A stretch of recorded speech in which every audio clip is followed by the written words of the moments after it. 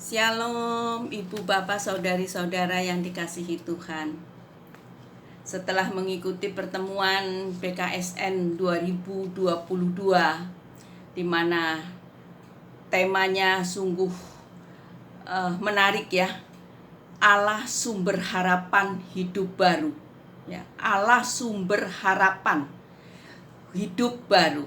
Di mana subtemanya yang pertama adalah Allah sumber harapan untuk menangkis mentalitas keagamaan palsu. Yang kedua, Allah sumber harapan untuk melawan ketidakadilan. Dan yang ketiga, Allah sumber harapan karena kasih setianya. Dan yang keempat, Allah sumber harapan karena kerahimannya. Di sini saya merenungkan Allah sumber harapan lewat Amos memanggil saya. Dan saya merenungkan bahwa pertemuan yang pertama dan kedua menangkis keagamaan palsu dan yang kedua melawan ketidakadilan itu merupakan inisiatif dari manusia. Sedangkan tema yang ketiga dan keempat itu adalah inisiatif Allah yang begitu baik, yang begitu rahim, yang begitu mengasihi umatnya. Nah, ketika Allah sumber harapan lewat Amos memanggil saya, di Amos 5 ayat 4 sampai dengan 6, Amos mengatakan bahwa di ayat 4, carilah aku maka kamu akan hidup. Eva, kamu cari Tuhan maka kamu akan hidup, kata Amos. Lalu saya jawab, loh saya sudah hidup. Nah ternyata di sini bukan hidup-hidupan tetapi hidup yang baru, yang sanggup menangkis mentalitas keagamaan palsu saya. Jadi ketika saya belum hidup baru, keagamaan saya ini palsu. Contoh yang mudah saja ya. Tiap hari misalnya, tiap hari saya ke gereja, ya. Tiap hari saya misa di luar, dari luar saya kelihatan orang yang sungguh-sungguh pegang agama, ya. Saya rajin ke gereja, tetapi kemudian dari mulut saya yang satu ini menjadi provokator. Apalagi kalau saya sudah mengumpulkan massa misalnya ya, lalu menjadi provokator yang begitu luar biasa. Nah disitulah keagamaan saya itu palsu, karena tidak ada kasih.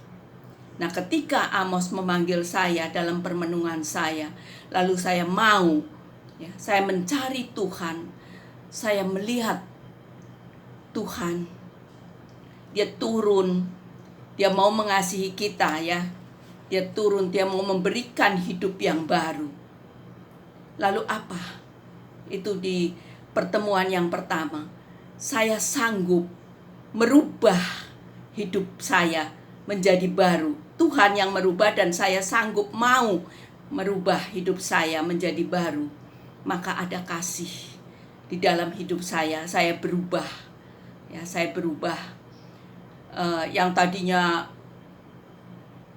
pokoknya nggak sesuai dengan kehendak Tuhan yang maha kasih ya, yang Tuhan yang selalu mengatakan carilah yang baik dan buanglah yang jahat. Maka itu masuk ke dalam pertemuan yang kedua, ketika sudah Tuhan datang, kemudian Tuhan meminta saya untuk mengembangkan sayap ya, ke kanan dan ke kiri. Nah disitulah saya merenungkan bahwa itulah salib. Secara vertikal saya memandang Tuhan, lalu secara horizontal saya bisa memandang sesama kita, sesama saya. Nah di situ sanggupkah saya menangkis ya atau melawan ketidakadilan, sedangkan dalam diri saya sendiri tidak ada keadilan. Contoh ketidakadilannya ketika belum mencari Tuhan, belum mengalami hidup baru. Di dalam rumah tangga saja, misalnya ada 2 atau 3 anak, mungkin kasihnya saya kepada anak yang satu dan kepada anak yang kedua atau ketiga itu berlainan. Ya, mungkin saya lebih mengasihi yang besar atau yang kecil atau yang di tengah, itu beda-beda, itu sudah tidak adil. Nah, ketika saya sudah menerima salib vertikal, pertemuan pertama itu vertikal, saya melihat Tuhan, saya datang kepada Tuhan. Nah, pertemuan yang kedua itu adalah horizontalnya. Salib itu saya terima, saya pikul, maka pandangan hidup saya terhadap salib itu berubah. Ya. Sudut pandang saya terhadap salib, yang dulu mungkin saya mengatakan bahwa salib itu adalah penderitaan, salib itu adalah kesulitan di dalam hidup saya, berat memanggul salib. Maka setelah mengalami hidup yang baru, ya, setelah mengalami hidup yang baru, kemudian salib itu saya terima, maka sudut pandang saya terhadap salib itu berubah. Salib, ketika saya mengalami masalah, justru saya mencari salib karena salib itu adalah kekuatan. Salib itu adalah penghiburan buat saya. Salib itu memberi semangat kepada saya, karena di dalam melihat salib itu saya melihat bagaimana penderitaan dan pengorbanan Tuhan Yesus untuk saya. Itulah sudut pandang saya, ya. Jadi ketika masuk ke dalam pertemuan yang kedua, di mana Amos 5 ayat 14 dan 17, ya, di sana dikatakan di ayat 14, carilah yang baik dan jangan yang jahat, supaya kamu hidup. Sekali lagi, supaya hidupnya tentunya hidup baru, ya, hidup yang baru. Nah, di sini saya melihat bahwa untuk saya mau berubah. Tentunya dari tadi saya katakan dari sudut pandang saya terhadap salib sudah berubah. Nah, di pertemuan kedua ini ada satu ayat yang saya pegang, yang akan saya berikan contohnya, yaitu di ayat yang 15 dikatakan, Amos 5 ayat 15, bencilah yang jahat dan cintailah yang baik, dan tegakkanlah keadilan di pintu gerbang.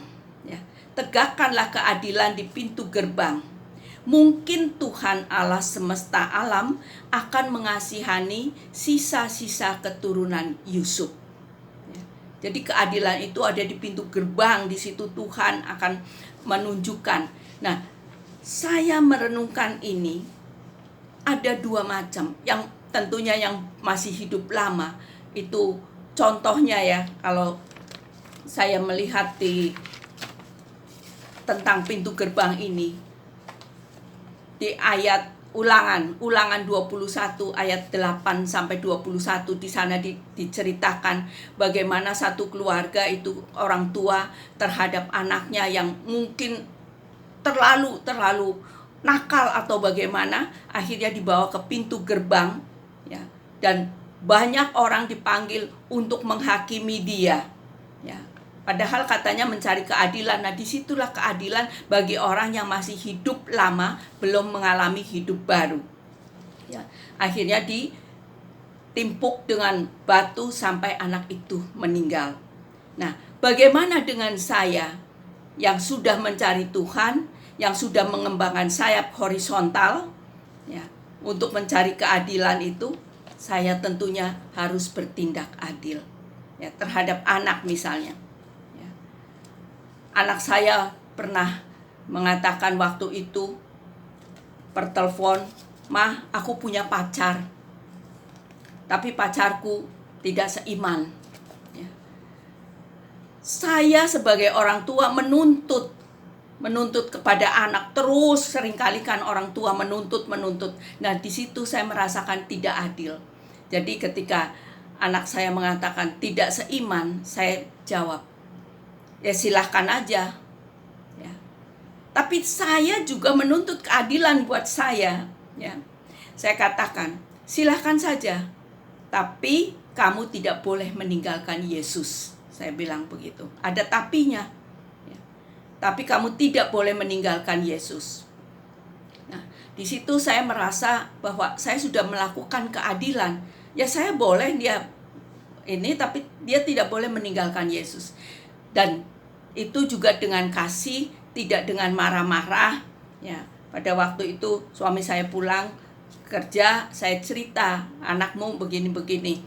Lalu kamu jawab apa? Saya jawab, ya silahkan saja, tapi jangan meninggalkan Yesus. Suami saya marah. Ya, suami saya bilang, udah dua-duanya aja, anak saya 2 kan. Dua-duanya aja udah semua katanya. Biarin aja sama orang yang gak seiman. Loh, saya bilang kan kita punya Tuhan. Kita juga bawa dalam doa. Saya bilang begitu ya. Bawa dalam doa biar Tuhanlah yang akan menarik. Tuhanlah yang akan membawa anak itu menjadi pengikutnya, bukan kita. Saya bilang begitu. Yang penting kita berbuat baik. Nah, saya melihat ada ayat di Rut ya, Rut 4, terutama di ayat yang ke-11. Di sana dikatakan bahwa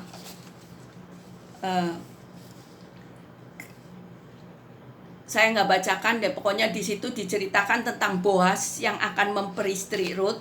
Kemudian dibawa juga ke pintu gerbang, ya, dibawa ke pintu gerbang, dan bahkan orang-orang ini kan dengan penuh kasih. Orang-orang di sana justru mendoakan supaya Rut menjadi orang yang membangkitkan Israel gitu ya. Jadi dan mendapatkan berkat yang melimpah makmur ya, itu ada di Rut 4 ayat 11. Nah, lewat semua peristiwa ini, anak saya kemudian saya menghantar mereka ya, kami menghantar mereka ke pintu gerbang gereja ketika anak saya ini mau menikah ya, ke pintu gerbang gereja.